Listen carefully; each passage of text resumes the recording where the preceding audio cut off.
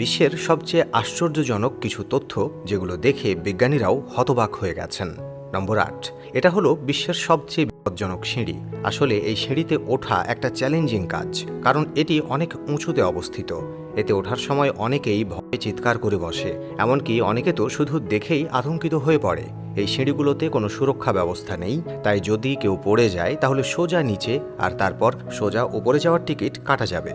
নম্বর ৭, যদি আপনার চোখে এমন একটি কাঠ পড়ে তাহলে তা সাথে সাথে বাড়িতে নিয়ে আসুন, কারণ এই কাঠ সোনার থেকেও বেশি দামি। এই কাঠকে বলা হয় ব্ল্যাক উড বা ঈগল উড। এটি দিয়ে বিভিন্ন রকমের দারুণ ডেকোরেটিভ জিনিসপত্র তৈরি করা হয়, যার দাম কোটি কোটি টাকা হয়। এই গাছের কাঠে বিশেষ গন্ধযুক্ত রেজিন তৈরি হয়, যেগুলো কাটার পর এসব আইটেম তৈরি করা হয় এবং এগুলোর চাহিদা চীন, ভারত, আমেরিকার মতো দেশগুলোতে অনেক বেশি। নম্বর ৬, দেখুন, সৌর প্যানেলগুলো পরিষ্কার রাখা অত্যন্ত গুরুত্বপূর্ণ, কারণ ময়লা জমে গেলে এদের এনার্জি উৎপাদন ক্ষমতা কমে যায়। তাই বড় বড় সৌরক্ষেত্রগুলোতে এখন রোবটের সাহায্যে সোলার ক্লিনিং করা হয়। এই রোবটগুলো অত্যন্ত কার্যকরভাবে প্যানেলগুলো পরিষ্কার করে এবং এতে সময়ও বাঁচে। নম্বর ৫, আমাদের ভারতে যেখানে পুলিশ স্করপিও গাড়িতে ঘোরে, সেখানে দুবাইয়ের পুলিশরা চলে সুপার কারে। হ্যাঁ, দুবাই সরকারের কাছে এত টাকা আছে যে তারা নিজেদের পুলিশকেও কোটি টাকার সুপার কার দেয়। এতে দুবাইয়ের পর্যটন ব্যবসাও বাড়ে, কারণ পর্যটকরা এই দামি গাড়ি দেখে আকৃষ্ট হয়।